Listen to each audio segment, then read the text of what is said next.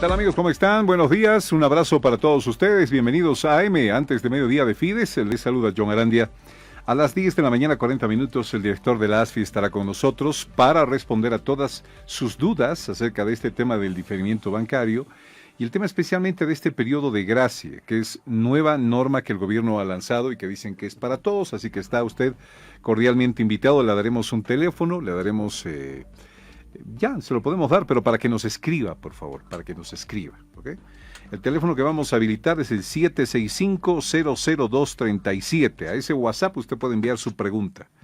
Pero, por favor, 772-67402, vamos a recibirlas ahí. Le voy a pedir que siempre, por favor, sea una persona con educación, con altura y todo, para poder hacer las preguntas. Nosotros las vamos a transmitir desde aquí, por favor. No posicionamientos políticos ni nada en el tema político, le voy a rogar. Vamos a aprovechar, por favor, este servicio que nos hace la máxima autoridad del ASFI en cuestión de minutos, amigos. Bueno, sacó un comunicado en las últimas horas, el CONADE a propósito del tema de las facturas. Ahí está, lo tengo ahí para vos en el grupo, querido Javier, para que puedas colocarlo, por favor. ¿Qué dice el CONADE sobre el tema de la entrevista que le hicimos al vocero presidencial hace 2 días, más o menos atrás, con el tema del costo de las vacunas, ¿no? Y cuando, claro, le hablamos de cuánto está y demás, él dijo, bueno, no me parece prácticamente, esto es muy bajo hablar de este tema, y le preguntamos cuánto vale entonces una vacuna. Y él dice que en el contrato que hay con la empresa que nos está vendiendo la Sputnik 5 hay un contrato de confidencialidad. Dice el CONADE con este comunicado: luego de conocer las declaraciones del vocero de gobierno de Luis Arce, cabe aclarar que, dice, el acceso a la información está garantizado en la Constitución Política del Estado y no puede existir, y mucho menos en la compra de una vacuna sobre cuyos resultados inmunológicos recién se sabrá el futuro, un secreto. El gobierno debe ser absolutamente transparente en cuanto al precio de la compra, las características de la vacuna, su calidad y eficacia. Es completamente irregular con los protocolos de bioseguridad de los medicamentos y vacunas que en Bolivia se hubiese procedido al registro del uso de la vacuna Sputnik 5 para frenar los contagios del coronavirus a través de un procedimiento de emergencia, tomando como referencia los datos de las pruebas clínicas realizadas en Rusia. En Bolivia hay protocolos para introducir medicamentos y vacunas, los mismos que deben ser respetados, y más si se trata de productos para enfrentar un virus como el SARS-CoV-2, que está mutando siempre o presenta nuevas cepas y no ha podido ser controlado hasta la fecha. La sola promesa de inmunización no debe ser un placebo para vulnerar las normas bolivianas, y los comportamientos de ocultar información pueden tener otras intenciones que no son sanitarias, y eso la población no lo va a permitir, firma Rolando Villena, presidente del CONADE. Esto a propósito de este tema. Entre paréntesis, las condolencias a Rolando Villena, murió su señora el día de ayer. A ver, sobre este tema, no sé si ya se ha roto esta cláusula de confidencialidad. Tengo la impresión de que sí, porque es precisamente el ministro que el día 30, pues, ha tenido la oportunidad de hablar de este tema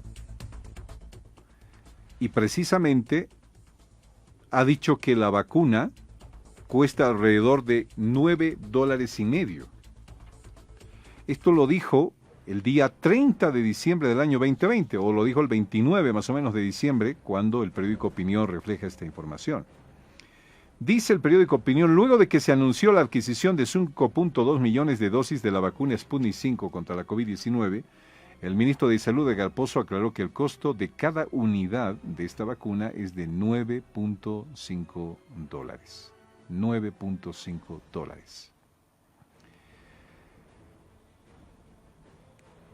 Incluso integrantes de la Asamblea Permanente de Derechos Humanos y los sectores políticos han criticado, digamos, esta cláusula de confidencialidad en el contrato de la vacuna Sputnik 5. Entonces, ¿cuál es la verdad? Y lo cierto es que más allá de la cláusula que haya, que es una cláusula, a ver, muchos pueden utilizar políticamente esto, ¿no? Y decir que se trata de ocultar algo.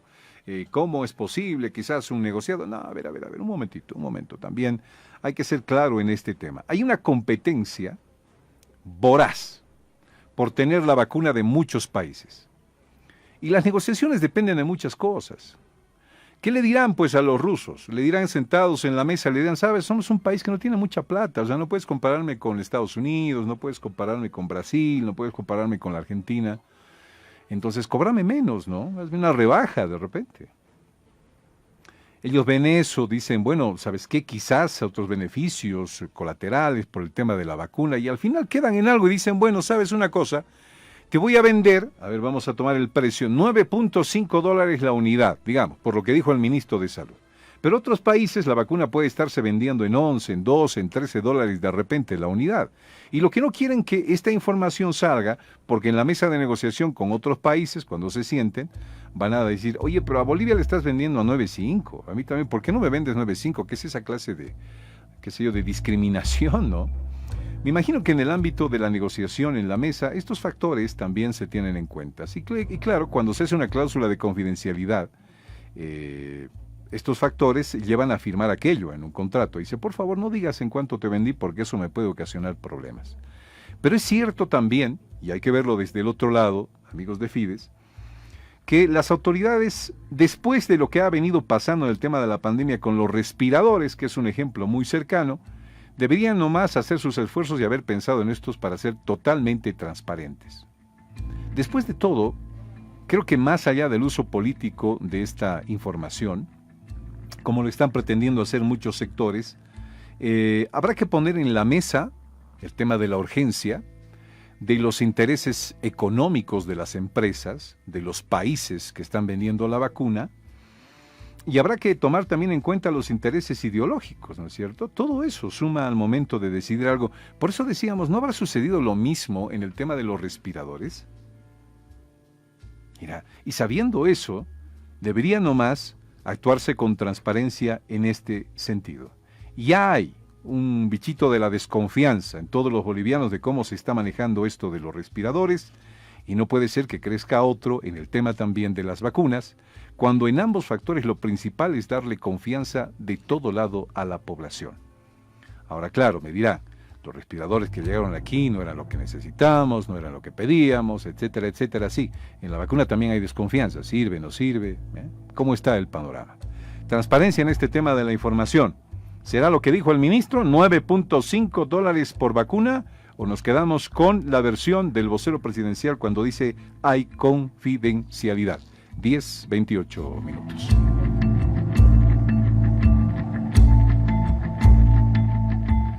Muy bien, 10:45, estaremos con Lasfi aquí para responder sus preguntas, y esta mañana de Fides hablaremos también, un tema preocupante. Este virus, el COVID, está atacando a los niños. Y hay 10 casos que se han detectado hasta ayer en la ciudad de Cochabamba y nos está llamando poderosamente la atención. ¿Por qué te llama la atención, John? Porque son niños, Y porque los niños son transportadores mucho más eficaces del virus COVID, tengan mucho cuidado. Y los niños pueden presentar muchísimos más otros síntomas que a un padre de familia lo pueden marear al momento de determinar qué hago con mi hijo. Lo llevo a que se saque sangre, le hago la prueba de PCR. Esto que nos decían que los niños no les llegaba el tema del virus, ya es cuestión de la historia, les está llegando y con fuerza. No he sabido de un niño en terapia intensiva hasta este momento. Pero claro, los niños son los que menos van a resistir, no van a entender utilizar un barbijo, ¿no? Hay que sacarlos menos a la calle. ¿Se imagina que los niños más delicados para este tema del COVID son los que tienen menos de 1 año de edad?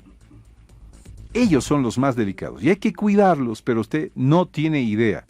Estos barbijitos que están vendiendo en la calle con figuritas, con su filtrito, qué bonitos se ven, ¿no? Pintudos los barbijos. Hasta yo le compré unos 2 a mi hija, que tiene 3 años. Y el médico me dijo, estás loco, no le pongas eso. No le va a servir. Tienes que ponerle uno como nosotros estamos teniendo, un quirúrgico, ¿no? Un, ¿cómo se dicen? AK, ¿cómo se dicen? Los K95, etcétera, etcétera.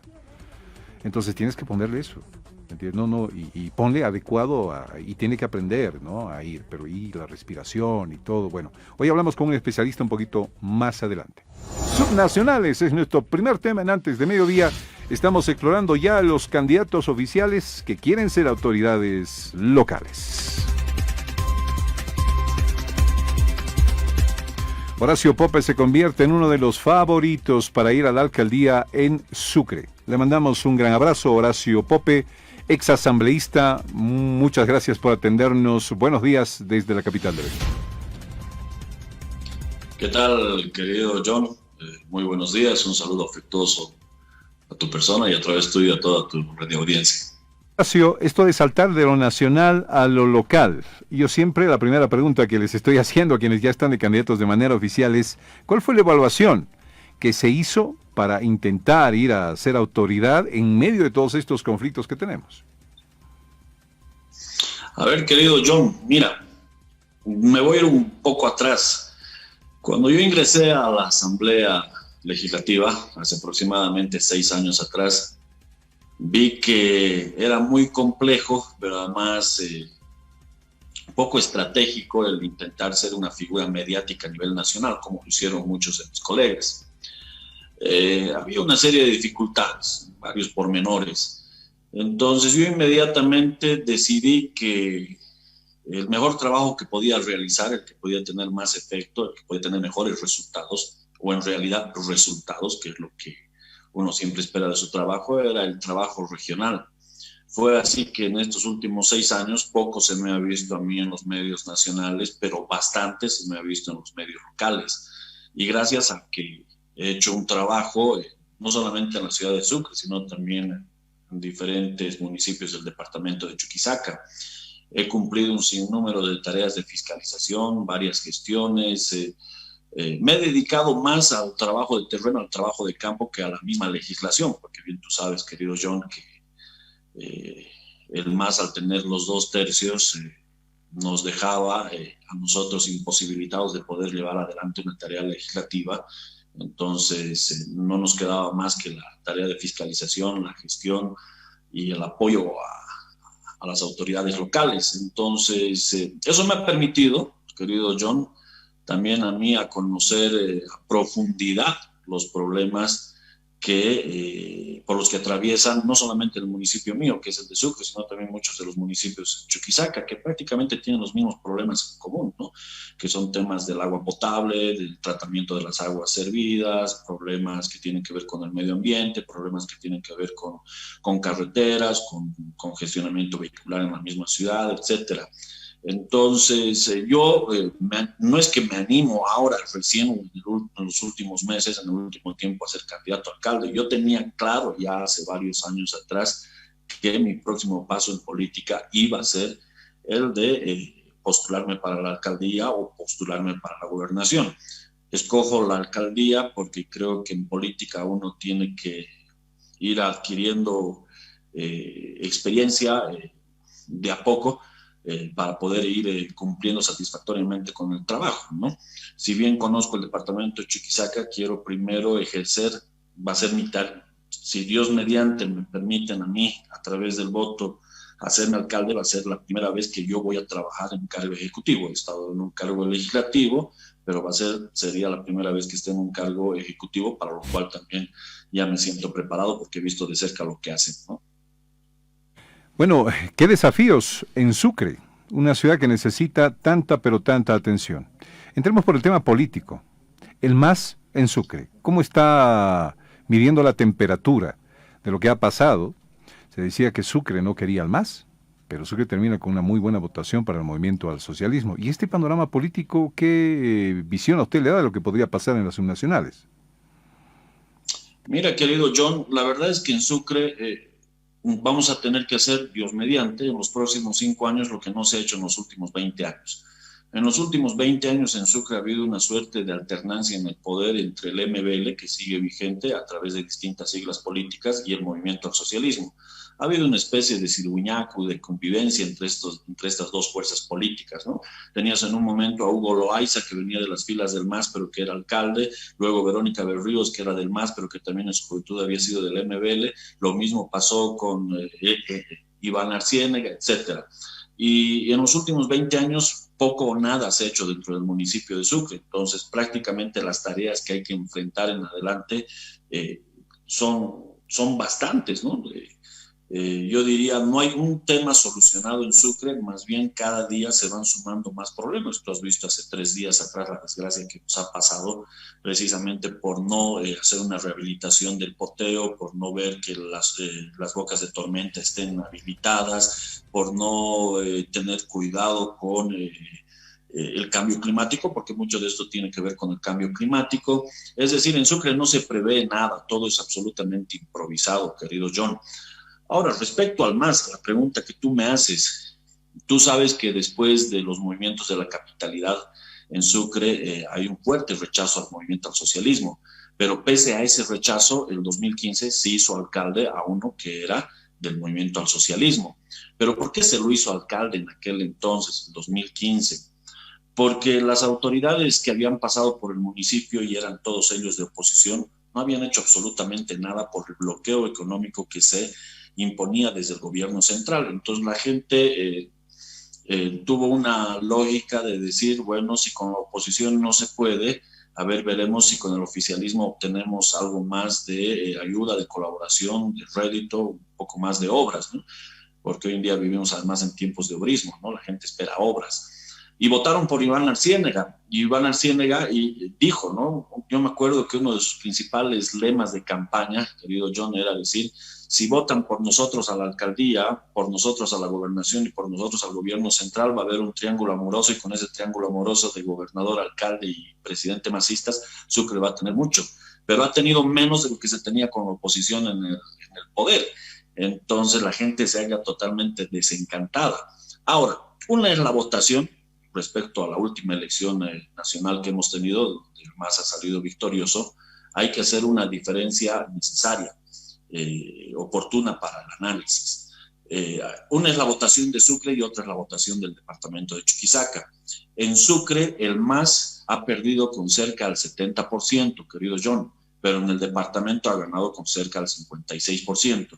Y es que en las áreas rurales todavía persiste esa estructura sindical, esa estructura de las centrales campesinas, que de una u otra forma, de manera coercitiva, obligan a votar a los campesinos.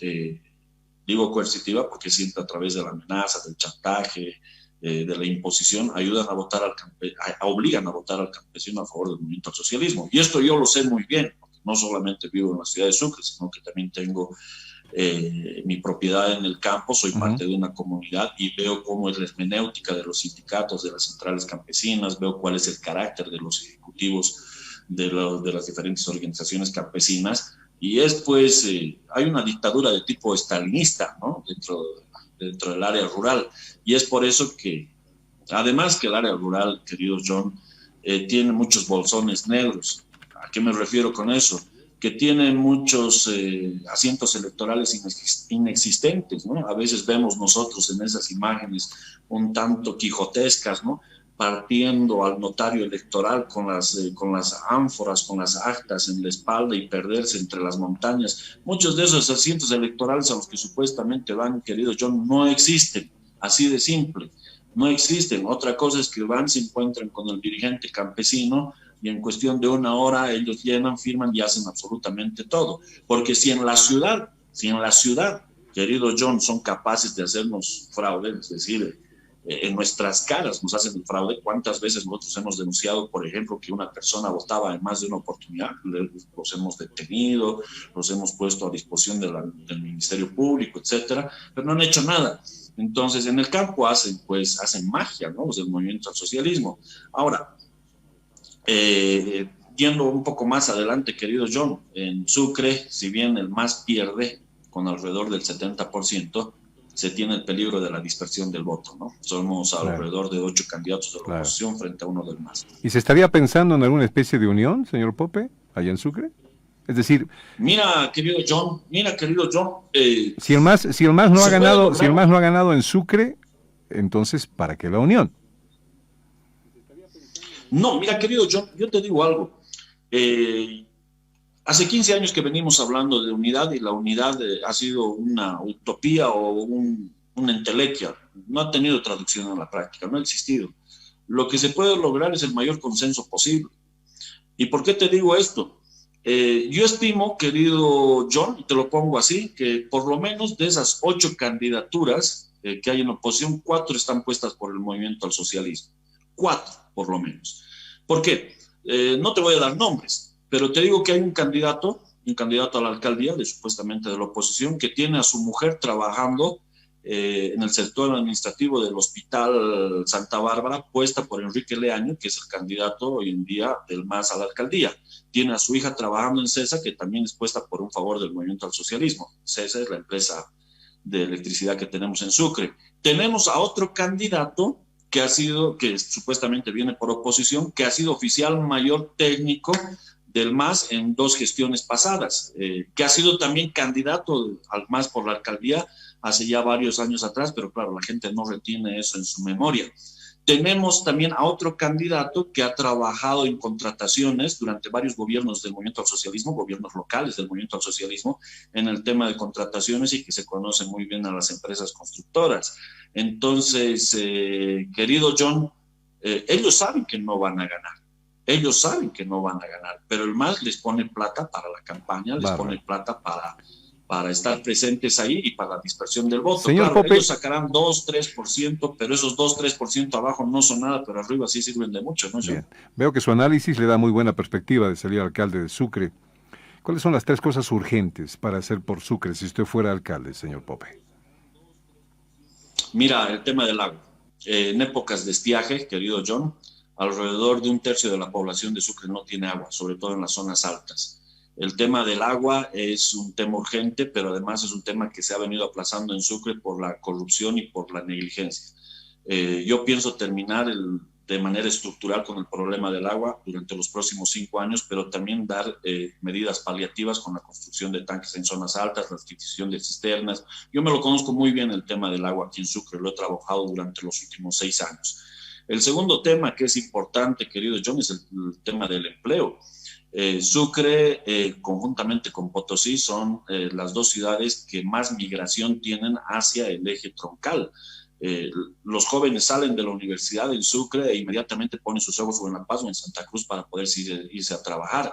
Entonces hay que terminar con aquello. En Sucre no hay empleo, no hay producción, no hay pequeña ni mediana empresa, no hay ningún tipo de oportunidades y nosotros tenemos una solución para, desde la alcaldía, fomentar precisamente el empleo a través de la creación de la pequeña y la mediana empresa. Sucre no puede ser un lugar agroindustrial. Sucre, por su clima, por su ecosistema, no puede ser productor, por la misma escasez de agua, productor, digamos, de hortalizas o de cebadas, como en algún momento se dijo, podía ser la despensa del país. No. En Sucre tenemos que pensar por la economía del conocimiento. Y el otro tiene que ver, querido John, tenemos 5 planes, pero si me pides 3, te pongo yo también el otro que tiene que ver con el descongestionamiento vehicular. Hoy en día en Sucre, en promedio, la persona pierde 1 hora, hora y media dentro del vehículo, y Sucre es una ciudad chica, pero pierde 1 hora, hora y media para ir a su trabajo, y eso no es porque esté lejos de su trabajo, sino porque las calles se han convertido en verdaderos atascaderos. Entonces hay una necesidad de descongestionar la ciudad de Sucre y creo que todavía estamos a tiempo. Y hemos llegado a este punto no solamente porque ha aumentado el parque vehicular en la ciudad de Sucre, querido John, sino porque no hay nuevas avenidas, no han habido nuevas calles, no ha habido un plan de reordenamiento en el crecimiento de la ciudad que venga a partir desde la alcaldía para que las instituciones puedan salir desde el centro. Yo sé bien que tú conoces Sucre, tienes lazos familiares con Sucre y vos sabes perfectamente que todo está en el centro, alrededor de 2 cuadras a la redonda, y eso no puede seguir siendo así, querido John. Hay que desconcentrar la ciudad de Sucre hacia los alrededores para poder precisamente dar mayor alivio. Son temas que a vos te pueden parecer, querido John, muy simples, sí. Son temas muy simples, muy obvios, quizás son problemas que atraviesan muchas ciudades, pero que aquí en la ciudad de Sucre, la falta de agua, la falta de empleo y el congestionamiento vehicular están haciendo que esta ciudad, de ser una ciudad tranquila, vivible, apacible para la gente mayor, para el estudiante, pase a ser una ciudad caótica y por lo tanto una ciudad difícil de tratar. Señor Horacio Pope, le mando un abrazo. Claro, le sumo a esto el tema de lo cultural.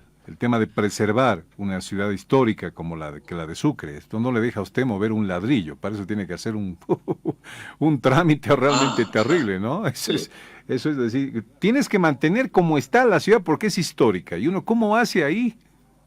Algo más ancho, ¿cómo le da movilidad a la gente, a los carros? ¿Cómo perfora un suelo para nuevas tuberías? Pero realmente, pero bueno. Horacio Pope, le mando un abrazo, gracias por estos minutos. Estamos conociendo a los candidatos a nivel nacional. En otra oportunidad lo invitamos y seremos más profundos en estos temas. Le mando un abrazo y gracias por estar con nosotros. Buen día.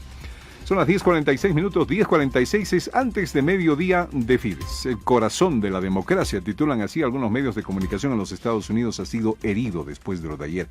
Nadie se imaginaba, ¿no? Todo el mundo pensaba que solamente en América Latina la gente podía entrarse a instituciones, ¿no? Donde están los líderes, los jefes políticos y demás, debatiendo el futuro de la nación a protestar. Algunos se los toma incluso de rehenes en alguna oportunidad. Dentro hay peleas y todo aquello, pero uno jamás hubiera pensado que esto suceda en los Estados Unidos. Silvana Quiroz es periodista boliviana allá, ya está mucho tiempo en Washington, y le damos la bienvenida esta mañana. Silvana, ¿cómo estás? Te mando un abrazo. Y claro, la pregunta para vos es, ¿qué podría suceder esta mañana en esto que se está comentando desde los Estados Unidos? Silvana, bienvenida a Fides, qué gusto verte. Pues el gusto es mío, John, un gusto estar contigo en tu programa. Y bueno, sí, después de lo que se ha vivido ayer, una jornada, la verdad que va a marcar la historia como un 6 de enero, la democracia de este país. Esto no se veía desde 1814, que cuando los británicos tomaron el Capitolio o intentaron tomar el Capitolio, algo sin precedentes, pero ahora pues muchos legisladores están tratando de pues tomar en cuenta la enmienda 5, que es inhabilitar al presidente Donald Trump de sus labores por un tiempo. Bueno, ya le falta poco para terminar. El 20 de enero es la posesión de mando del presidente electo Joe Biden. En este caso, el vicepresidente Mike Pence asumiría el mandato. Sin embargo, esto se está discutiendo en este momento aquí en la capital. Muchos están muy molestos por lo que ocurrió ayer y obviamente están viendo que se investigue lo que ha sucedido, porque ha sido algo sin precedentes, como ves en las imágenes, ¿no? La gente entrando al Capitolio, no había muchos guardias policiales del Capitolio en el lugar, que eso parece muy extraño para algunos, John. Uno se pregunta, Silvana, dice, ¿qué pasó? ¿Qué pasó? Es decir, nunca vi reaccionar así a la gente en los Estados Unidos. ¿Qué pasó? Es lo que se pregunta a la gente en el mundo. ¿Dónde se desbocó? ¿Ah? Sí, y mira, justamente eso, ayer yo veía las imágenes con tristeza. He trabajado muchos años aquí en la capital, en Washington, he llegado al Capitolio a cubrir muchas noticias. Y no es fácil entrar al Capitolio. Primero tienes que tener una credencial para ingresar al Capitolio, tienes que tener una credencial, tienes que tener una identificación, pero como veías en las imágenes, la gente se entraba como si nada, y en muchos casos había solo un guardia en la puerta, como esa imagen que está allí, ¿no? Obviamente no tenía gente que lo ayudara. Entonces es algo también que tiene muy molestos a muchos grupos, a organizaciones, ya que dicen, ¿cómo es posible que en este caso no hayan guardias? Y cuando pues estuvieron los Black Lives Matter haciendo sus protestas aquí en la capital, se invocó a la Guardia Nacional. La Guardia Nacional tomó los monumentos, llegó hasta el Capitolio con grupos de doble fila, ¿no? Totalmente equipados para resguardar esto. Sin embargo, ahora, sabiendo que este iba a ser una manifestación, como le habían denominado, la manifestación salvaje de Wild Rally, así se denominaba, pues no había mucha policía. Entonces esto también es algo que se está cuestionando y que esta mañana están tomando cartas en el asunto y hablando al respecto para ver una investigación. Se decía de todo, hasta golpe, ¿no? Sí, se está hablando de un autogolpe. ¿Sabes que algunos están hablando de un autogolpe? Piensan que esto ha estado planificado. Ha sido todo en su momento. Empezaron los legisladores a deliberar, ¿no?, lo que iba a ser la confirmación del presidente electo Joe Biden en ambas cámaras, y de repente comenzaron a ingresar estos manifestantes. haciendo que todos los legisladores se pongan bajo resguardo y muchos de ellos evacúen estas salas por peligro, ¿no? Muchos pensaban que esto iba a quedar ahí. Sin embargo, horas más tarde, después de que las cosas se apaciguaron, la alcaldesa Muriel Bowser del Distrito de Columbia dictó un toque de queda. Pues ahí fue que los legisladores, la presidenta de una de las cámaras, Nancy Pelosi, dijo, no, nosotros regresamos a las 8 y terminamos este voto. Les tomó 15 horas llegar a un consenso y pues ya certificaron la elección y el presidente electo Joe Biden será posicionado este 20 de enero, John. A ver, Silvana, Trump sigue siendo presidente y unos días más, ¿no? Hasta que el nuevo presidente tome el mando de los Estados Unidos. Uy, Dios mío. Ahí justo estamos viendo el disparo, ¿no? Ahí justo estamos viendo el disparo. Miren ustedes que están en el streaming, van a ver justo el disparo que llega al pecho de esta mujer que había sido activista por Trump. A ver, vamos a ponerlo un poquito más atrás y escuchemos.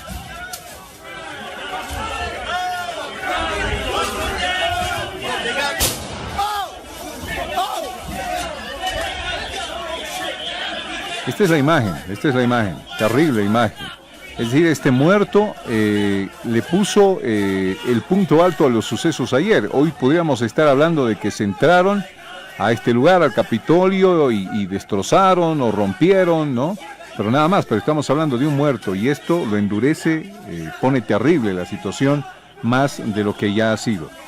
Para un país que no ha tenido esta clase de actitudes durante mucho tiempo. ¿Qué dices tú? Sí, totalmente. Y bueno, son 4 los muertos, John. Uno, es veterana de la Fuerza Aérea y también otras 3 personas que fallecieron por causas, por enfermedades, no, por el hecho de los gases y todo eso. Entonces, hasta el momento se sabe de 4. Pero imagínate tú, obviamente los guardias que estaban dentro del Senado, como ves ahí, están dentro de una de las cámaras, pues obviamente están tratando de que la gente no ingrese. Y cuando ya ella trataba de entrar por la ventana, dicen, pues fue que le dispararon. Muy lamentable lo que sucedió, muy lamentable. Y nuevamente, ¿no?, nos trae a colación el hecho de que las palabras tienen mucho significado, tener un micrófono, tener en esta posición tiene mucha responsabilidad y lastimosamente es algo que el presidente creo que no lo está tomando en cuenta, no lo está tomando con la seriedad que debería tomar. Dos cosas, Silvana, al final. Lo primero, la gente que estaba acompañando a Trump está renunciando. Esa es una noticia hoy. Todos se están yendo diciendo, yo no voy a acompañar más a Trump. Es una vergüenza lo que sucedió ayer y se están yendo en esta jornada, ¿no?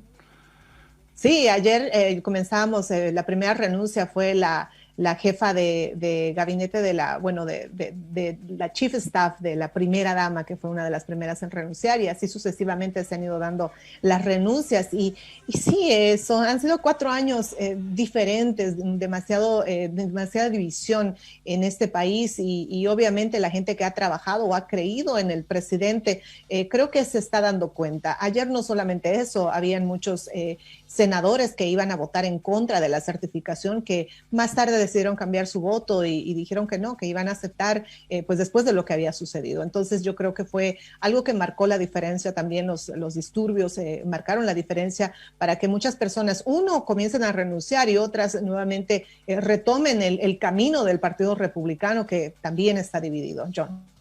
Y la última, ¿en serio se puede pensar, Silvana, de que este artículo 5 funcione? A ver, se lo vamos a explicar a la gente. Dice que en caso de inestabilidad emocional, mental de un presidente, puede ir al Congreso a decir, bueno, no va más, y se lo destituya automáticamente, se lo saque automáticamente. ¿Esto podría suceder hoy en los Estados Unidos? Silvana, ¿cómo está el panorama para esto? Mira, sí, están hablando mucho de esto, están muy enojados y pues al acusar y destituir a Trump, incluso en esta última etapa de su mandato, el Senado podría votar posteriormente para descalificar al presidente para que vuelva a ocupar un cargo federal, es decir, no podría relanzarse para las elecciones del 2024, ¿no? Por otro lado, invocar la enmienda 25 requeriría que el vicepresidente Mike Pence y la mayoría del gabinete votaran para destituir a Trump de su cargo. Esto debido, como tú decías, a una incapacidad, y en este caso sería emocional o mental, ¿no? Porque él está incapacitado de cumplir con los poderes y deberes a su cargo. Entonces, esto sería un paso sin precedentes. Sí se podría, dicen algunos miembros del gabinete están manteniendo discusiones esta mañana sobre la invocación de la enmienda 25. Según una fuente, también colegas que tengo que están en Washington en este momento, me están contando que sí, se está tomando muy en serio esto. Faltan pocos días para que asuma a su cargo el presidente electo Joe Biden. Sin embargo, en estos pocos días todo puede pasar y nuevamente es muy peligroso. El presidente cuenta con información muy delicada. Una de ellas son la información relacionada con las armas nucleares. Entonces, algunos están hablando de eso, de la importancia y de lo peligroso que es que una persona como él continúe en el poder. Ayer las redes sociales bloquearon sus cuentas porque él estaba de alguna manera aplaudiendo lo que habían hecho los manifestantes. Así que es muy peligroso y no es nada inusual ni nada raro que se sienten los legisladores a conversar para invocar la enmienda 25. John. Silvana Quiroz, boliviana, en Washington. Trabaja ella de periodista para varias cadenas de televisión y radio. Gracias, Silvana, te mandamos un abrazo. Qué gusto verte y cambien, por favor, los passwords a las bombas. ¿Eh? Porque Trump sabe todo, Comiencen ahí, cuidado. ¿Eh? Gracias, Silvana, te mandamos un abrazo desde tu Bolivia. Gracias. Un gusto, John, siempre un gusto. Vamos a la pausa. El director de la ASFI se abre a las preguntas de la gente en Fides sobre este tema del tiempo de gracia que ha determinado el gobierno en las deudas a los bancos. Tendremos como 30 minutos. Le voy a dar un número, el 765-00237. La gente ya está escribiendo. Haremos todas las preguntas que se puedan en esa media hora. Claro, y respuestas sumamente rápidas. Será veloz esa media hora, será veloz, así que quédense con nosotros, por favor. Y más adelante, en Antes de Mediodía, habla aquí el abogado del general Sanabria. Y ahí varias preguntas. Está detenido 6 meses adentro, ni bien llega por el tema narcotráfico. Puede volver a ser juzgado ya por un delito que pagó en los Estados Unidos. Su abogado habla en Fides más o menos a las 11:30. ¿Ok? Entonces, corremos tiempo, vamos a la pausa y volvemos enseguida. Queremos darle la bienvenida al señor Reinaldo Yujra, director de la ASFI, director ejecutivo de la ASFI, y al señor Almílcar González, que es director de Normas y Principios, quien también nos va a acompañar. Un gusto a nuestras autoridades. Bienvenidos una vez más. Gracias, director, por acceder a este tiempito para responder las consultas de la gente. Buenos días. John, muy buenos días. Es un gusto para nosotros estar nuevamente en este programa. Ayer asumimos un compromiso con ustedes. Es una deuda que hay que honrar. Esta deuda no se difiere. Así es que gustosos aquí para compartir con la población las dudas que tengan. Me acompaña mi colega Amílcar González, con quien voy a compartir las respuestas que podamos estructurar sobre las consultas que te presenten. Esto va a ser rápido, director. A usted sí le prestaría plata, para saber honrar las deudas. A usted sí le prestaría plata. Gracias. Bueno, vamos a hacer la pregunta y hay, por favor, alrededor de 20 segundos para responderla. Les pido, por favor, por ese tiempo, porque es increíble la cantidad de gente que está escribiendo al 765-00237. Bien, así de rapiditas, quien quiera responder, por favor, o el señor Reinaldo o el señor Almílcar. Vamos a la primera pregunta. Buen día, señor Arandia. Quisiera saber, en mi caso, yo tengo un crédito y pertenezco al sector turístico. Quisiera saber si habrá algún tipo de diferimiento a este sector, según un censo de quienes sacaron el préstamo y según el rubro. Adelante, por favor. Gracias, John. Como había manifestado el día de ayer, este programa de apoyo a los créditos que han sido diferidos no tiene ninguna restricción. Es aplicable a todos los prestatarios de todos los sectores de la economía. Por lo tanto, el sector de turismo también está comprendido. Lo único que hay que hacer es apersonarse a la entidad y establecer el diálogo que comentamos, ¿no? Así es que es un programa que es amplio, general, para todos los prestatarios que han optado por el diferimiento. Es así, John. Quería consultar para el señor de ASFI, según lo que indican, que solo se pagará interés el mes de abril. Sin embargo, los que tienen créditos relativamente nuevos, la cuota del interés es más alta, es aproximadamente 85%. A muchas personas que no contamos con trabajo y se dificulta realizar los pagos correspondientes, deberían por lo menos disminuir el interés al 50%. ¿Hay alguna posibilidad? John, no hay una norma que establezca la forma como debe estructurarse esta relación entre el ingreso y el capital en la cuota. Es una práctica que se hace en las entidades, evidentemente, que al inicio de la operación hay un componente alto de ingresos, es verdad, es una práctica que ocurre, pero entenderíamos que también en este proceso de diálogo puedan exponer aquellos aspectos a su entidad, de manera que de pronto en un análisis bastante más objetivo se pueda establecer la posibilidad de hacer una adecuación a la composición que originalmente tenía. Ahí hay una posibilidad de diálogo en la que se puede también hacer unos ajustes en esta relación ingreso y, interés y capital en la cuota. Soy José Vargas del sector gremial. Mi pregunta para el señor director de la ASFI: si nosotros los deudores tenemos que pagar las cuotas a partir de enero, ¿será que vamos a pagar la cuota de diciembre o la cuota de enero vamos a pagar en febrero? Por favor, eso. En realidad, John, las cuotas son como se ha planteado en el cronograma de pagos, ¿no es cierto? Originalmente un prestatario se compromete bajo un calendario, suponga cada mes al inicio, hasta el 5 o 6 de cada mes tiene que pagar. Ese calendario no se modifica cuando se apela a esta opción del refinanciamiento o la reprogramación, se cambia el cronograma de pagos, extendiendo el cronograma en más años. Por ejemplo, si el crédito original tenía 2 años, se puede extender hasta 5 años. Entonces, ese nuevo calendario ya le establece también las fechas en las cuales el prestatario debe cancelar las cuotas, que normalmente es esta misma lógica que sigue el calendario original, ¿no es cierto? Entonces, ahí no hay posibilidades de hacer, algunos ajustes que vayan a perjudicar al cliente. ¿Por qué los diferimientos solo toman en cuenta los créditos hasta el 29 de febrero y no así los de la primera quincena de marzo, que es antes de la cuarentena? Bien, buen día. Aclarar que la condición para un crédito 12 Le solicito, por favor, podamos hablar un poquito más fuerte, pues se está escuchando muy bien. Adelante, por favor. Sí, le decía que para que un crédito goce beneficio del diferimiento, tenía que haber sido otorgado antes y tenía que haber estado vigente al 29 de febrero. Sin embargo, la disposición de la ASFI abarca, en el marco de lo que dice la ley, abarca desde créditos desde el 1 de marzo hasta el 31 de diciembre. Bien, muchas gracias. Le pido, por favor, se le está escuchando muy lejos al señor Amílcar González. No sé si podemos hacer algo, no me animo a decirle, sé que es el barbijo, por si acaso, pero si podemos hacer algo, vamos a quizás encontrar un teléfono para que él pueda hablar un poco más claro con nosotros. Dice, buen día, mi consulta es la siguiente. Yo me cogí el diferimiento de abril a diciembre de 2020. En fecha 9 de diciembre, a sugerencia de mi asesor, refinanciamos el crédito. Este mes me toca pagar la primera cuota del 13 de enero. ¿Puedo acceder al periodo de gracia y solo pagar intereses? Preguntan. Sí. Este programa que se ha aplicado desde esta semana implica todos esos créditos que han sido objeto de diferimiento. Entonces, sea a través de la reprogramación o del refinanciamiento que un cliente haya optado para, adecuarse a un plan de alivio, aplica este plan que incorpora, que incluye el periodo de gracia. No hay ninguna restricción en ese sentido.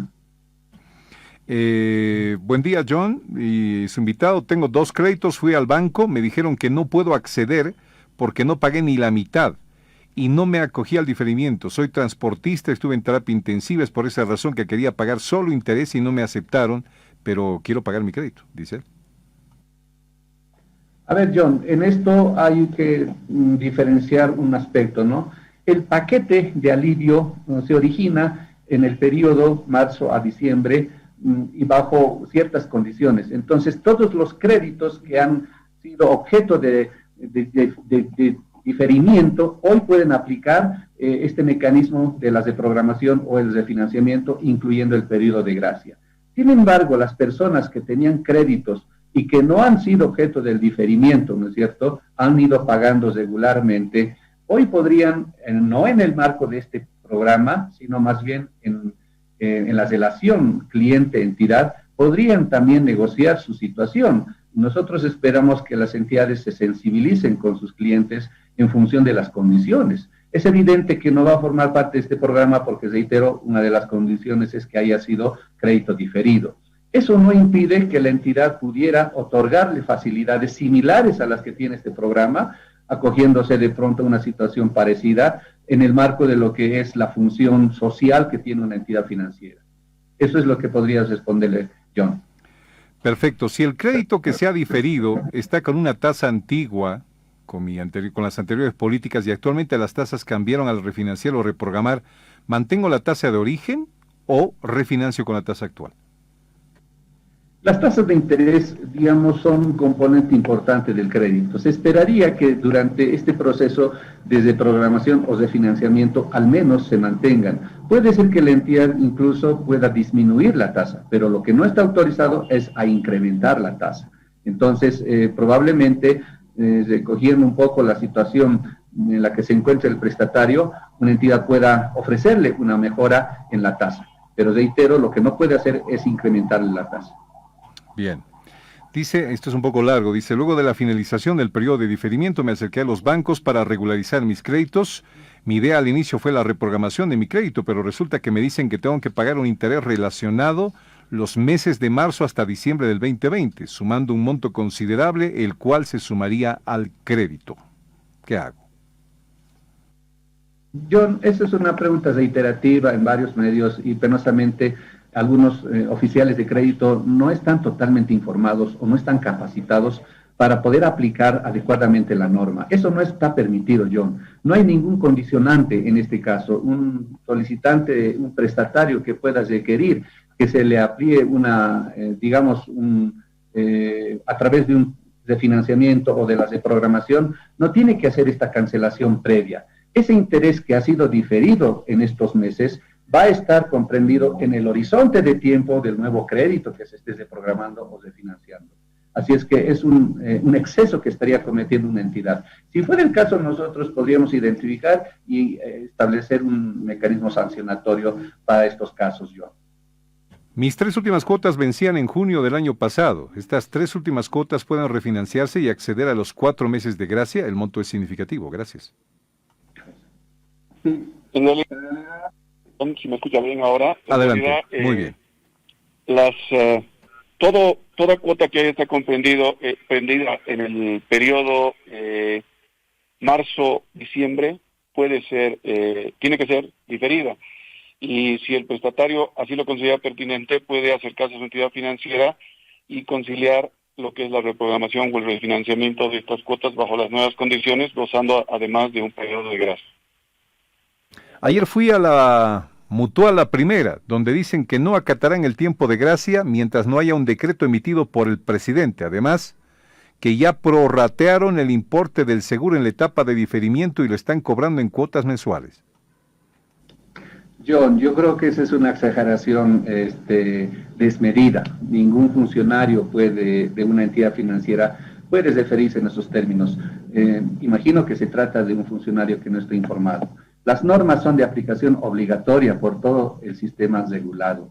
Mutual La Primera es parte de las entidades reguladas por esta autoridad de supervisión. Por lo tanto, si nosotros evidenciamos que hubiera una actitud institucional en ese sentido, por supuesto que estamos en la obligación de aplicar una medida sancionatoria a la entidad. Me imagino que es una opinión personal de alguien que no está informado. Y con relación a los seguros, evidentemente, este ha sido un tema también de preocupación. En el curso de la mañana he conversado con la autoridad del sector de seguros y están emitiendo la instructiva hoy día para recordar que esta operativa de los seguros acompañe a estos programas de reprogramación y de financiamiento de los créditos. No tendría sentido que nosotros estemos abogando porque el cliente sea favorecido a través de estos mecanismos y por el lado de los seguros se contraponga la medida. No hay esa situación, por lo tanto, la medida hoy día va a recordarlas a las entidades, a las compañías de seguro que deben realizar este acompañamiento. Creo que esto tiene que ver también con el tema. Buen día, John. Consulta, el banco me informa que el seguro de desgravamen incrementaron las primas correspondientes a las que se tenía la firma de la póliza. ¿Eso es válido? ¿ASFI autorizó las primas de desgravamen? Pregunta. John, aclarar que ASFI no tiene atribuciones en cuanto a lo que es el mercado de seguros, pero sí en función de las disposiciones que se han emitido, como bien decía el director ejecutivo, se está esperando el instructivo de la Autoridad de Pensiones y Seguros para que el tema del cobro de las primas de seguro acompañe al diferimiento de las cuotas de los créditos comprendidas entre los meses de marzo y diciembre del 2020. ¿Qué pasa con las financieras que prestan dinero como Prenda Más, que no quieren ampliar el plazo para poder pagar? John, ese es un caso aparte, ¿no es cierto? Prenda Más no es una institución que está regulada por esta autoridad de supervisión. Sucede que la actividad que realiza es básicamente de empeño. Una persona va, empeña su joya y le dan una liquidez. En esa entidad no le hacen una evaluación de su capacidad de pago, etcétera, ¿no es cierto? Por lo tanto, nosotros no tenemos tuición sobre ese tipo de negocios. Pero en todo caso, esperaríamos también que, por ejemplo, si es que hubieran denuncias en el sentido de que alguna empresa o negocio estuviera haciendo actividad de intermediación financiera que está reservada para las entidades reguladas, nosotros siempre vamos a estar en condiciones de actuar y de proceder al cierre de estos negocios o a iniciarles un proceso. Entonces hay que investigar estos casos, pero la medida está orientada básicamente para instituciones que están bajo el ámbito regulatorio. Buenos días, por favor, una consulta. ¿Esto de los meses de gracia solo aplica a créditos que se reprogramen, refinancien, o también para los créditos en general que no opten por reprogramar o refinanciar, o solo quisieran pagar interés durante estos meses para reactivar su negocio? John, la medida en este momento está diseñada para que se aplique a el programa de programación o de financiamiento, ¿no es cierto? Es un paquete conjunto desde el diferimiento. Eso no, digamos, dificulta, o están formando parte de este programa, pudieran también conversar con sus instituciones y lograr que se establezcan, digamos, nuevas condiciones. De hecho, antes de esta pandemia, la norma así lo contempla, la figura de las de programación y el de financiamiento ya estaba contemplada, ¿no es cierto? Entonces, no es que aparecen solamente acá, sino más bien se está dando la posibilidad acá en condiciones especiales, ¿no? Pero definitivamente tampoco están impedidos, es cuestión de que se dialogue entre cliente y entidad. ¿Por qué los bancos están aumentando sus intereses o lo están colocando al último mes de pago? Se dijo que no iban a subir los intereses, pregunta. A ver, en realidad, tomar una reprogramación o refinanciamiento, la tasa máxima a la que se puede pactar esta nueva operación es a la que ya estaba originalmente pactada la operación. Entonces no hace sentido de que los bancos intenten subir esta tasa. La tasa máxima es la que ya estaba fijada en la operación original. Buenos días, señor Arandi, al sector productivo. Mi cuota es de 4,000, pero me cobraron 5,300. Me dicen que es cuestión de seguros. ¿Me podrían explicar, por favor? A ver, John, nosotros hemos sido claros con las entidades también de que las cuotas que constituyen, digamos, los mecanismos por los cuales se paga una deuda, no tienen que sufrir alteración. O sea, si inicialmente se había pactado en un horizonte de tiempo, digamos, en un plazo de 2 años, ciertas cuotas, en el ejemplo creo que era 4,000, ¿no es cierto?, aplicando el periodo de diferimiento, esa cuota no tenía que variar para nada. Todo este paquete de cuotas diferidas, invariable en su importe, tiene que trasladarse al final del cronograma de pagos. De haberse incorporado algún adicional a la cuota, sea por seguro o por cualquier otro cargo, no corresponde. Hemos evidenciado en algunos casos que han procedido de esta manera y lo que hemos hecho es instruir la devolución de estos recursos a los prestatarios. Si un prestatario tiene todavía un crédito que está vigente, que con cuotas que todavía debe cancelar, entonces esos cobros adicionales que no correspondían deben ser reintegrados al cliente a través de sus cuotas futuras siguientes, ¿no? En caso de que el cliente hubiera pagado totalmente el crédito, entonces procede la devolución en efectivo de esos cobros que han sido irregulares. Buen día, tengo un crédito de vivienda social, perdí mi trabajo, tengo 59 años, solo estamos viviendo de la jubilación de mi esposo, no me alcanza ni para vivir, ¿cómo puedo seguir pagando? ¿Qué puedo hacer?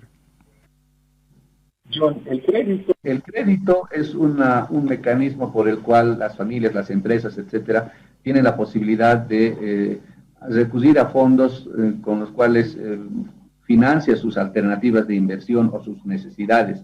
Pero es un crédito, ¿no? Y tiene que haber una cancelación en el plazo que se ha acordado. Este programa lo que está haciendo es ayudarle al prestatario en sus condiciones actuales con las dificultades que ha ocasionado la pandemia, pero sigue siendo un crédito. Lo que estamos haciendo es prolongar la vida del crédito dándole mayor plazo a través del financiamiento o la reprogramación.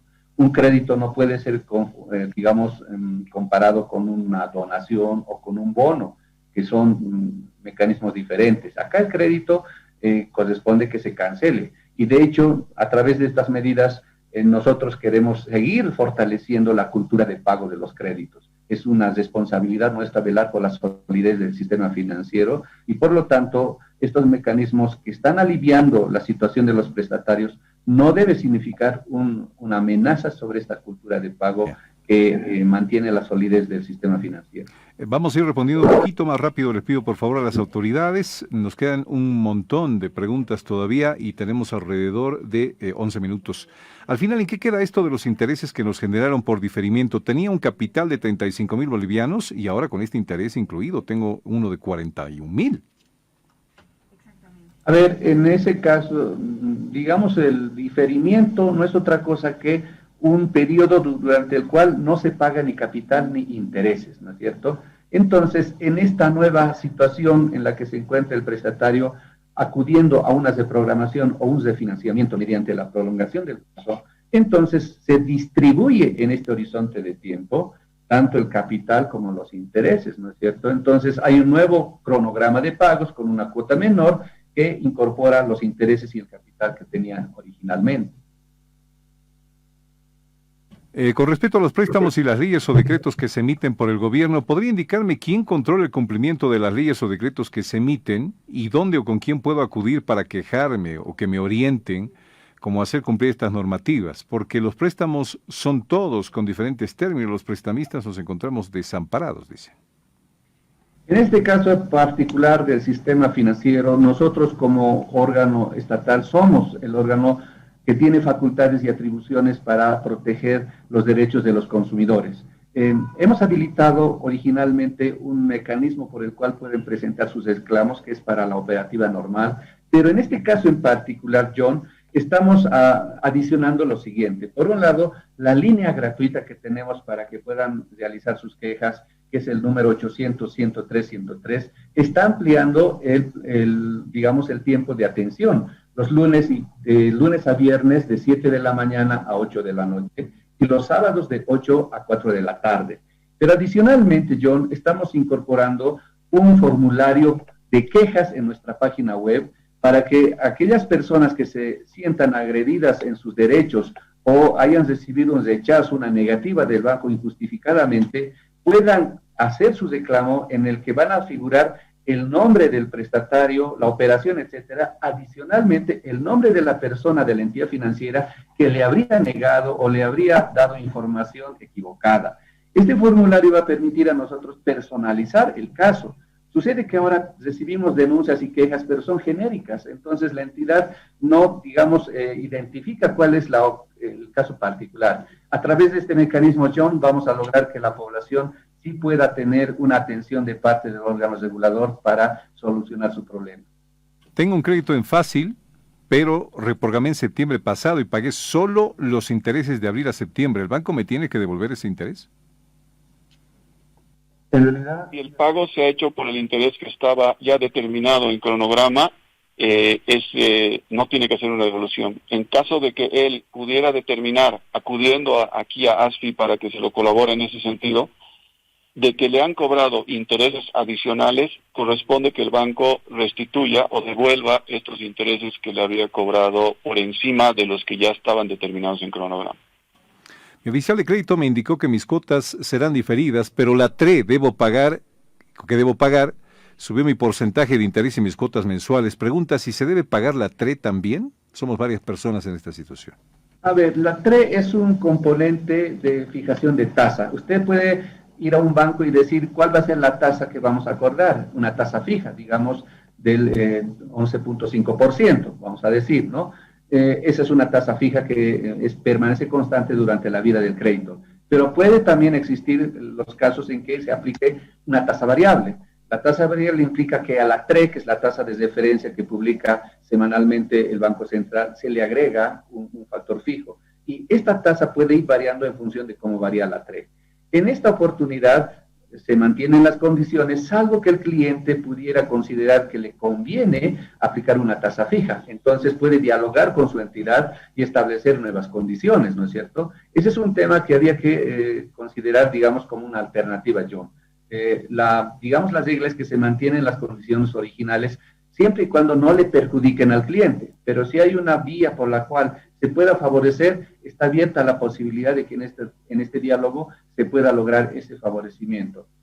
Bueno, tengo un crédito, debo 5 cuotas, quiero pagarlo todo, pero el banco me quiere cobrar interés de diferimiento y suma más de 1.500 bolivianos.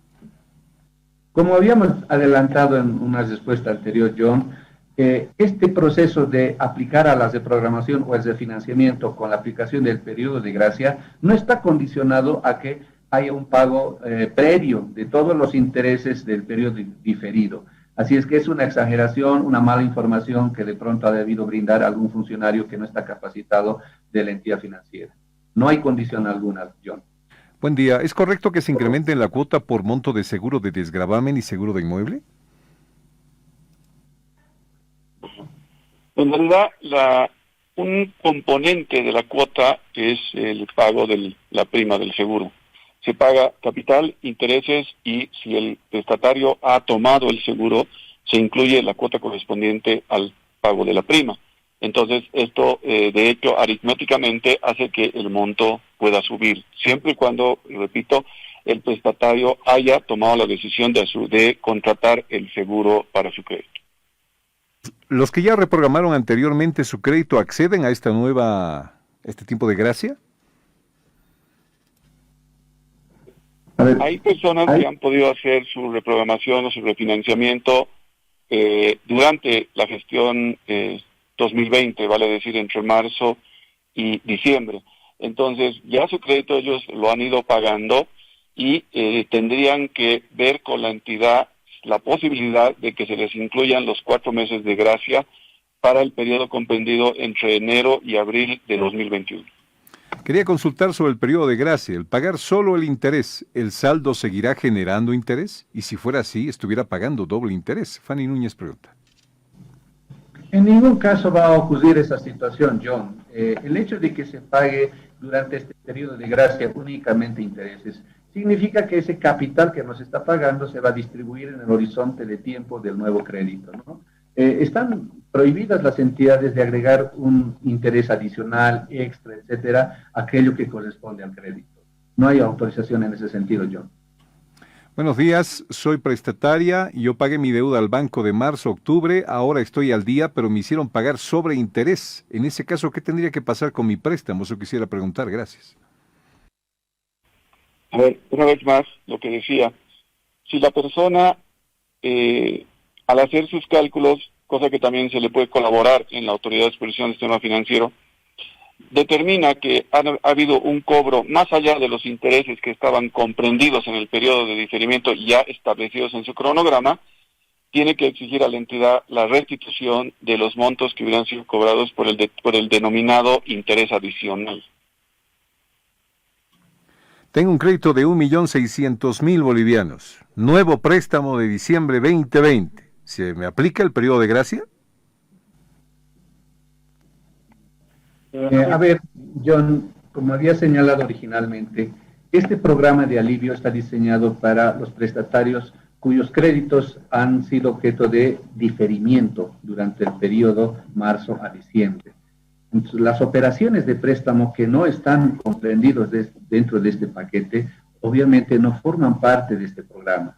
Eso no invalida a que la entidad y el prestatario puedan sentarse a dialogar y en caso de ser, digamos, necesario para el cliente, pueda apelar a una solicitud ante la entidad, o sea, pero fuera de este programa. O sea, eso sí es una operativa que está normado, que es posible y que no le limita tampoco al prestatario que hubiera tomado recién un crédito. Buenos días, tengo una microempresa y actualmente tengo un crédito, en un banco. Traté de sacar un refinanciamiento, pero me indican que no están autorizados para dar nuevos créditos. ¿Es correcto que no se den nuevos créditos? ¿Cuándo empezarán a otorgar los nuevos créditos productivos con 0.5% de interés? En realidad, una vez más, la persona que ha atendido a este prestatario está equivocada. los préstamos se están otorgando, todo se está dando con normalidad, nuevos préstamos, los refinanciamientos, las reprogramaciones. Ya están las condiciones, tanto legales como normativas, están dadas para que se realicen normalmente todas estas operaciones. En todo caso, la norma de ASFI prevé incluso, esto ya es algo que está de mucho tiempo atrás, que en caso de que el crédito sea rechazado, el prestatario puede exigir una explicación del por qué se está rechazando la otorgación del crédito. Bien, tenemos un par de minutos. Soy transportista, tuve que vender mi vehículo por problemas de salud de mi madre y su terapia intensiva, no tengo cómo trabajar y según mis cálculos, de los 3,000 bolivianos que pagaba, solo puedo pagar 1,200 máximo, pero en el banco me dicen que no puedo alargar tanto el plazo y que mi cuota bajará lo mucho a 2,300, no me sirve de nada. Me dijeron que si no pago ejecutarán a mi garante. En realidad, John, digamos que en cada caso particular debe existir un proceso de evaluación sobre las circunstancias. Evidentemente puede suceder que algún cliente no esté en condiciones de pagar la cuota actual, pero con esta ampliación de plazo que, digamos, espera llegue hasta 5 años, sí existe una posibilidad de reducir sustancialmente la cuota. Pero definitivamente también los prestatarios tienen que ser conscientes que hay una especie, digamos, de obligación que cumplir y tiene que posibilitarse alguna otra fuente de generación de pronto que le permita cumplir con la obligación en las mejores condiciones. Apelamos a que en este diálogo las entidades puedan sensibilizarse y puedan acogerse a las condiciones objetivamente, de manera que los prestatarios no se sientan frustrados en esta solicitud. ¿En los créditos entre particulares también se puede aplicar la ley de diferimiento? Claro, yo no, perdón, me refiero, para entender bien la pregunta, estoy entendiendo que personas particulares han requerido un crédito a la entidad financiera, pero no entre personas particulares, ¿no? O sea, si yo a mi colega le presto un dinero, eso no, por supuesto que no está regulado, eso no corresponde a aplicar ningún programa de alivio. Nos estamos refiriendo a las operaciones de crédito otorgadas por entidades que son reguladas. El banco en el cual tengo un préstamo ya me dijeron que a partir del mes mi cuota va a subir porque me acogí al diferimiento, el pago del seguro del banco tuvo que pagar estos meses, por lo que van a cobrar durante unos meses a mi cuota regular, o van a adicionarlo, entiendo aquí. ¿Esto corresponde? Pregunta.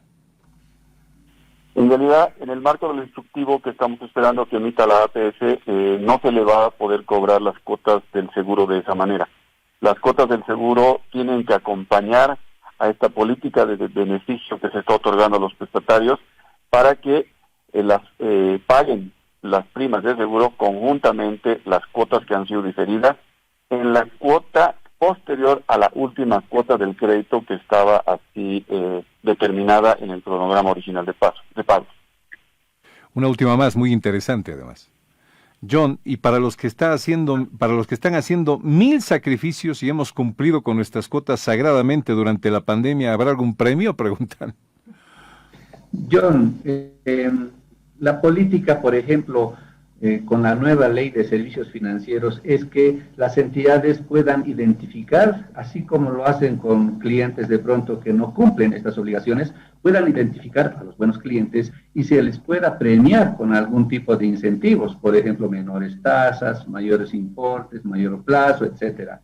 De hecho, nosotros hemos emitido, por ejemplo, instructivos referidos a clientes que son considerados CEPOP, se les llama así, CEPOP, quienes pueden recurrir, por ejemplo, a alternativas que les favorezcan. Entonces, tampoco ahí hay una indiferencia de nuestra parte, sino más bien a que se pueda premiar a estos buenos clientes. Bien, la yapita, por favor. Dice, soy Miguel Roca desde Santa Cruz, el banco XX. Ya me reactivó el pago de mi crédito haciendo caso omiso al tiempo de gracia. ¿Se le puede consultar al director del ASFI qué puedo hacer? 1000 gracias. John, estos casos nuevamente pueden ser por producto de una situación de desinformación de los oficiales de crédito que atienden a los clientes, pero una vez que se ha emitido la norma, este cliente puede recurrir nuevamente a su entidad financiera para decir, necesito de negociar las condiciones de mi préstamo en función de la aplicación de la norma. Si la entidad se rehusara a atender su solicitud, ahí tenemos nosotros los canales por los cuales puede efectuar su reclamo y nosotros vamos a tomar acción en protección de los derechos de los consumidores. Media hora se ha cumplido, un poquito más, y sin un vasito de agua de por medio. Muchísimas gracias a don Reinaldo Yujra, director de la ASFI, y don Almílcar González, director de Normas y Principios. Ustedes dos son muy amables por haber accedido a esta media hora de preguntas y respuestas de nuestra audiencia y de la audiencia en Fides a nivel nacional. Muchísimas gracias, autoridades, por este desprendimiento. John, es nuestra labor, somos funcionarios públicos y estamos para servir a la población, así es que agradecemos también la oportunidad de brindar datos que pueden ser útiles para los ciudadanos y estaremos siempre en condiciones de atender cualquier requerimiento de su parte. Un abrazo. Vamos a la pausa en Fides, 11:33 minutos. 37. Nos están reportando varios accidentes en carreteras, una en Ancoraimes. Esta madrugada un bus de la empresa Altiplano que viajaba desde Apolo a La Paz sufrió un accidente de tránsito en Ancoraimes. Se presume que hay heridos en el hecho. Ese es uno de los temas. El otro, reportaron que un camión de color blanco con placa de control 2429 eje desembarrancó hasta llegar al río Coroico en el sector Bajo Choro, trayecto La Paz-Caranavi. Bueno, son dos nomás, preguntamos a este paso. Estamos con el coronel Ricardo Pérez, director departamental de tránsito. Coronel, muy buenos días, es Fides. Las lluvias, ¿cuántos accidentes se han reportado durante estas últimas horas? Adelante, por favor, con la información. John, gracias, buen día. Efectivamente, se han reportado más de 2 accidentes en diferentes carreteras. El más importante, podríamos decir, es el que hizo mención usted, el vuelco de costado izquierdo que se produjo en la carretera Ancoraimes-Achacachi, a la altura de la comunidad Tijicucho. El vehículo protagonista, un ómnibus de color rojo, marca Volvo, con placa de control 1145, que presta servicios en el sindicato Altiplano, dependiente de la localidad de Apolo. Estaba transportando, de acuerdo a la planilla que tenemos en las investigaciones preliminares que se ha obtenido, 36 pasajeros, de los cuales 8 habrían resultado heridos del vuelco de costado. Los mismos han sido trasladados al Hospital Agramont de la Ciudad del Alto para su atención correspondiente. Preliminarmente se conoce que el hecho se habría producido por la situación de las inclemencias del tiempo y la carretera húmeda. Perfecto, coronel. ¿Son cuántos accidentes en las últimas 24 horas que se han reportado? Otro accidente tenemos en la localidad de Caranavi, donde en este momento el personal de la Dirección Regional de Tránsito de Caranavi está trabajando conjuntamente la alcaldía de esa localidad para tratar de recuperar el vehículo, el camión, que está sumergido en el río Coroico. Las condiciones climatológicas del lugar están haciendo muy complejas.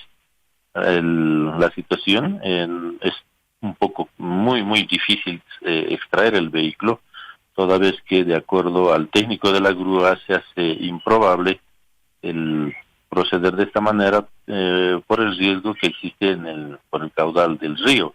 Esto originaría que tal vez la grúa también sea jalada y obviamente sería todavía mucho más complicado el proceso de recuperación del vehículo.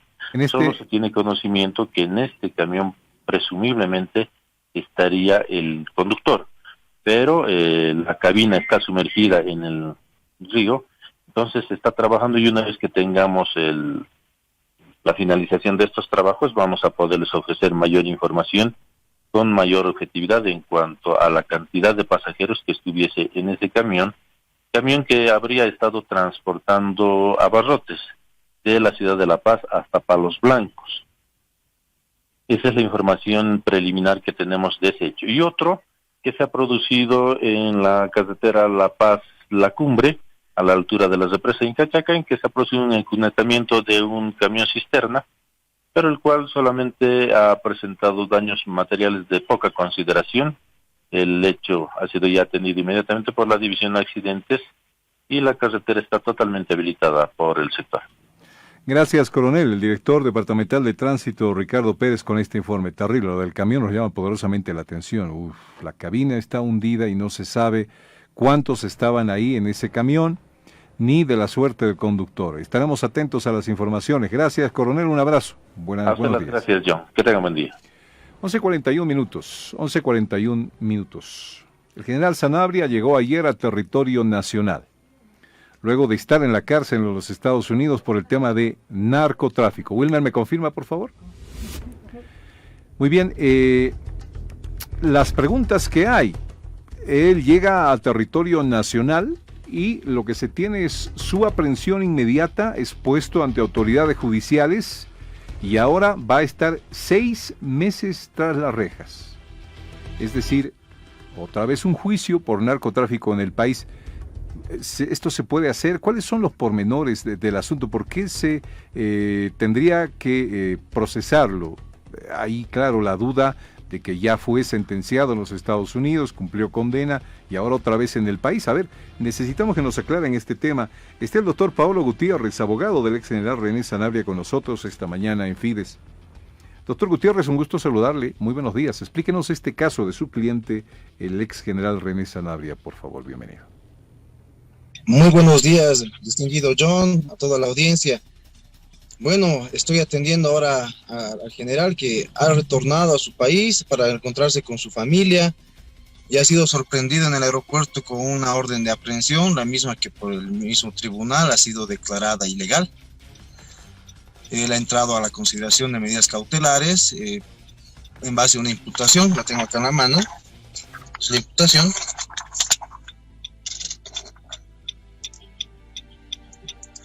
Esta imputación por delitos de asociación delictuosa, sustancias controladas, tráfico, uso indebido de influencias y confabulación, además de asociación delictuosa. Esta imputación data ya de más de 9 años y han indicado que habría un señalamiento de audiencia en el cual se le habría convocado al general Sanabria, no se ha presentado y en base a esa no presentación se habría emitido la orden de aprehensión. Evidentemente pueden haber hecho la audiencia que hayan hecho, pero no han notificado y eso es el elemento que ha primado para declarar la ilegalidad de la aprehensión. El día de ayer han informado también por secretaría que recién se le habría notificado tanto la imputación como la acusación formal en base a justamente los mismos hechos por los cuales ya había sido juzgado en el extranjero y por lo cual ya había cumplido una pena. Él es un hombre libre y tiene que ser juzgado de esa forma. En todo caso, nosotros como defensa vamos a demostrar que esos elementos existen, tal vez no lo conoce el Ministerio Público, y vamos a lograr que él se pueda eximir de cualquier tipo de investigación y de cualquier culpa que pueda pesar sobre su persona. A ver, doctor Gutiérrez, el primer tema es que él no contaba con que iba a ser detenido aquí al llegar a territorio nacional. No, porque él no conocía ninguna notificación. Si le notifica en el propio apersonamiento del Ministerio de Gobierno, ayer hemos visto los documentos, se ha señalado en la audiencia. Nosotros tenemos conocimiento que está cumpliendo una pena en la Florida y está llegando de Estados Unidos, por lo cual solicito señalamiento de audiencia de medida cautelar. Muy bien, señalan la audiencia, evidentemente no estaba ahí porque no le notifican, y como no se presenta esa audiencia, emiten la orden de aprehensión. Qué raro, digo yo, que haga un acto procesal sin comunicación previa a quien supuestamente están convocando. Si hubieran convocado, aunque sea por edictos, él hubiera justificado a algún familiar o yo como abogado, pero ni siquiera esa posibilidad se nos ha otorgado y por eso lo han aprendido. Sin embargo de ello, la aprehensión ilegal no es un motivo por el cual no se vaya a revisar las medidas cautelares. Ayer ha sido una audiencia de medidas cautelares y el primer aspecto que se ha fundamentado es la imposibilidad de la autoría, el 233. No puede ser un autor de un delito porque el cuerpo del delito de narcotráfico es la droga y no existe en este caso, no ha existido ni siquiera para Estados Unidos, menos en Bolivia. Tampoco puede apoyar la imputación en base a una investigación extranjera por la cual también ya ha cumplido una pena. ¿La droga no se encontró la droga? ¿No se halló la droga? ¿No se tiene la droga, doctor? No existe un solo gramo de droga, no existe un reactivo siquiera para decir existe esta prueba que era droga, no hay. La imputación se basa en informes extranjeros, en actos investigativos que no han sido ni siquiera por cooperación, no existe una investigación coordinada con ninguno de los estados, ni Chile, ni Panamá, ni Estados Unidos, más por el contrario, se pone estos fundamentos como elementos constitutivos de los tipos penales. Doctor, entonces, ¿por qué se lo sentenció en Estados Unidos? En Estados Unidos se le ha aperturado sin investigación por narcotráfico, por el cual ha sido librado de la culpa, no tiene ninguna sentencia por eso, pero sí por conspiración. A ver, esto está sumamente interesante, doctor. ¿No ha cumplido una sentencia el general Sanabria en Estados Unidos por narcotráfico? no ha cumplido sentencia por narcotráfico. No existe un dato que pueda mandar, no existe un gramo ni siquiera en la justicia americana por la cual se le haya podido sentenciar. Claro, habría sido la defensa y no tendría yo por qué mentir, el Ministerio de Gobierno también puede averiguar. Yo creo que durante 9 años ha debido poder obtener siquiera la acusación. No existe una sentencia de René Sanabria por el delito de narcotráfico. Y también corregir, no son 6 meses los que va a estar detenido, son 60 días. 60 días, ok. Pero, okay. Me dejó loco, doctor, me dejó loco. Por todos los informes hablan de esa sentencia por narcotráfico, ¿no? Justamente es lo que están hablando incluso en los medios de prensa. Nosotros como abogados también, como es un caso de relevancia social, estamos informando para que tampoco se vaya a dañar la imagen de quien ha sido una persona que ha servido a la policía. Ese es un general jubilado, general que incluso le tocaba ser comandante de la policía, porque ha sido el primero de su curso. Más por el contrario, uno debe estar agradecido con todo el trabajo que realiza. Sin embargo, de ello es un hombre que se está sometiendo a la justicia, es una persona que ha pedido, yo ayer he tomado contacto con él, he podido hablar, evidenciar su estado también de salud, la edad que tiene, no pasan los años en vano. Es una persona que está dedicada y quiere dedicarse a su familia, son muchos años que no los ha podido ver, y por eso se ha presentado en Bolivia. Lo que se ha hecho ayer es una operación de deportación. Como no tenía un estatus de legalidad en el Estado americano lo pone en su país de origen. Incluso él podía haber tramitado estar en otro país. No lo ha hecho porque su familia está aquí.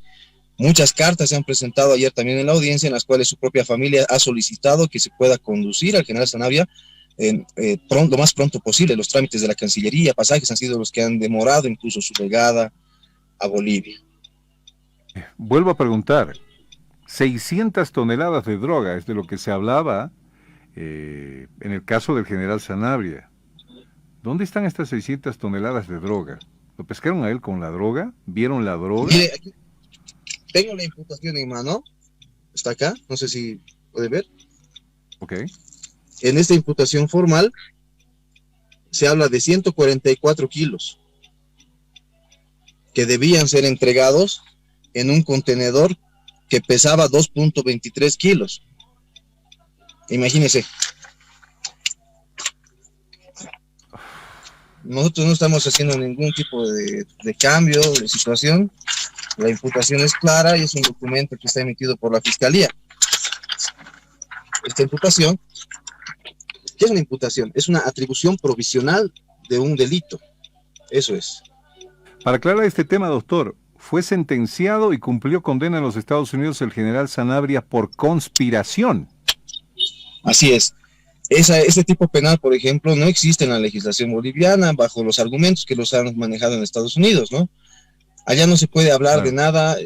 Lo que falta investigar y lo que seguramente se va a conocer durante estos días va a ser qué es lo que estaba haciendo el general Sanabria, por qué estaba ahí, qué estaba haciendo. ¿Cómo conspiró? Es la pregunta de fondo. ¿Cómo conspiró Sanabria para que lo metan a la cárcel por ese tema?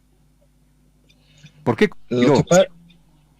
Lo que pasa es que el general Sanabria, eso hay que también tener en cuenta, que se está manejando que él en funciones de general habría realizado esto, ha tenido a su grado. Tampoco es así, él ya estaba jubilado. Él está jubilado, ya es un general que está puesto a condición de pasivo, ya no era un general activo, ya estaba jubilado.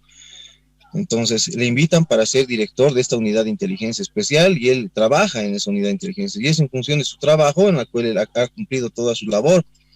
Como le he indicado en un principio, John, el general Sanabria ha sido el primero de su curso, es el primero de su curso y es una autoridad policial que ha dejado 34 o más años de su vida al servicio de la policía boliviana. Pero conspirar se entiende como una persona que habla contra el Estado, contra algún soberano, ¿no es cierto?, contra la estabilidad de un país, por ejemplo. Eso me llama la atención. ¿Por qué en Estados Unidos por conspiración? ¿Conspiró contra los Estados Unidos, Sanabria? Mire, los trámites de Estados Unidos, la documentación incluso que se hace en los estados judiciales allá es un poco más difícil de acceder, más aún cuando estamos aquí en Bolivia. Es un compromiso también de la defensa y es parte del mecanismo que tenemos que adoptar para defenderlo. El obtener esta sentencia, traducirla al idioma español y producirla como prueba. Nosotros vamos a tener también la oportunidad para poder explicar esta situación ante la opinión pública, si es que así corresponde. Más por el contrario, vamos a hacerlo primero con la justicia boliviana, para indicarles y señalarles que él no ha sido sentenciado por tema de narcotráfico. No existe una sentencia condenatoria por ese tipo penal. Si es que hubiera existido, no solo te acusan por un cargo allá, son 5 o 6 cargos que te ponen en Estados Unidos si te hallan con sustancias controladas. Las penas tampoco responden a 9 años. Él no está cumpliendo pena acá en Bolivia, él ya ha cumplido su pena totalmente fuera del país. Él ha venido y, como se ha evidenciado en la audiencia, como una persona natural, común y corriente, ha pisado el Estado boliviano y ha sido aprehendido de forma ilegal. ¿Y aquí lo van a procesar por narcotráfico? Es la pregunta. Justamente ese es un elemento que se ha mostrado ayer y, bueno, llama mucho la atención. Es imposible que una persona pueda ser juzgada 2 veces por el mismo hecho. He escuchado que han dicho que son varios tipos penales diferentes. Pueden existir 20, 50 tipos penales, pero cuando el hecho es el mismo y ha sido juzgado por ese hecho, no se puede abrir una investigación, menos aún cuando el delito ha sido cometido fuera del territorio boliviano. La extraterritorialidad en la aplicación de la ley solamente es para delitos de lesa humanidad. No existe ese tipo penal. El tema del narcotráfico, incumpliendo deberes, ¿qué deber ha incumplido? Que me diga el Ministerio Público, que lo señale en su imputación, y yo desde ese punto voy a empezar a defenderme también. Pero como no lo dice, tampoco puedo defenderme porque no está. Y eso es lo que se ha dicho ayer. ¿Cómo puedo defender al general Sanabria de un incumplimiento de deberes cuando no se señala qué deber ha incumplido? Han puesto el tipo penal y como está en la acusación tiene que estar, ¿no? Y eso es lo que tenemos que nosotros revisar y ese es el trabajo que tiene que hacer la defensa y la justicia boliviana en sí. Ayer los jueces han podido evidenciar, es una audiencia larga la que se ha celebrado, en la que han visto la utilidad de mantenerlo detenido para que se realice un acto procesal que podían haberlo hecho hace 8 años. Le han dado 60 días para que notifiquen en el extranjero, imagínense, John, 60 días más para que notifiquen algo que podían haberlo hecho hace 8 años. Ok, a ver, para que termine de zanjar esta duda que tengo, si es enviado a la cárcel por conspiración en Estados Unidos y aquí por narcotráfico, no estamos hablando del mismo delito. No es el mismo delito, pero es el mismo hecho. Una cosa es el hecho, otra cosa es el delito. Como le decía, pueden acusar, imputar por muchos tipos penales. Tienen que condicionar la conducta a un tipo penal. Y eso es lo que no se ha hecho primero. Pero el fundamento de la imputación es la supuesta entrega de 144 kilos, no son 6.000 toneladas, 6 toneladas como se ha señalado en una primera oportunidad. Este caso tiene que manejarse con mucho cuidado. La información que se maneja no solamente es decir una cosa y lanzar los datos, esto genera responsabilidad. Y la responsabilidad que tiene la defensa es de decir que General Sanabria se ha presentado después de haber cumplido una pena por el hecho que se le ha juzgado. En Bolivia no ha cometido ningún delito, tampoco lo ha hecho en el extranjero, ha sido un trámite que ha logrado en Estados Unidos a sentenciarlo por un delito de conspiración. ¿Y qué ha dicho en las últimas horas su cliente? ¿Usted lo ha recibido, ha tenido la oportunidad de hablar con él? ¿Qué dice en estas primeras horas en suelo boliviano, doctor? Mire, John, él me ha pedido que active todos los mecanismos legales para que se defienda. Él quiere conocer qué es la imputación, él quiere declarar. Él me dice, nunca me han citado a declarar, yo no conozco ni siquiera una citación. Yo le he explicado que esos mecanismos no se han cumplido de forma correcta y lo que nosotros como defensa tenemos que activar son los incidentes correspondientes. El primer acto de defensa en cualquier proceso es la primera declaración, ¿no? Se le dice, tú has cometido estos delitos, entonces tiene que descargarse. Si no se le da esa oportunidad, evidentemente le pueden poner 50 tipos penales. Es porque no ha habido una defensa nunca y esa defensa nunca ha sido efectuada. ¿Por qué? Porque el general Sanabria estaba en el extranjero cumpliendo una pena. Doctor, muchísimas gracias por estas declaraciones. Nos deja sorprendido con estas cosas que usted ha emitido hoy. lo de Estados Unidos, lo de Bolivia. Ahora 60 días va a estar entonces dentro de la cárcel. ¿Lo meten ahí por qué? ¿Hay peligro de fuga?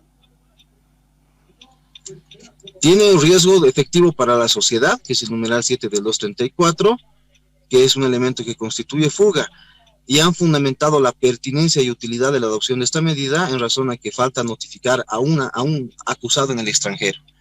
Ya, se nos ha cortado el servicio de red. Sí, lastimosamente, bueno, ya estábamos prácticamente al final. Quiero agradecerle entonces, volvió doctor Gutiérrez. Doctor Gutiérrez, lo terminamos de escuchar en estos segundos, por favor, lo último que nos decía, adelante. Sí, el tiempo que están pidiendo es para notificar un actor procesal, que lo podían haber hecho durante los 9 años de tramitación de este proceso. Ok, muchísimas gracias por esta entrevista en Fides. Doctor Paolo Gutiérrez, abogado del ex general René Sanabria. Un abrazo, buenos días. Tengo que irme a la pausa después de esto, ¿eh? Me he quedado pensando en un montón de cosas. Wow. Vamos a la pausa en Fides, la última, y volvemos enseguida, amigos. Y llegamos al final, amigos. Gracias por su atención. Un abrazo a todos, cordiales. Linda mañana, muchísima información. Espero que haya sido grato para ustedes esta compañía que Fides le propone todas las mañanas. Un abrazo, se los quiere mucho, buen día de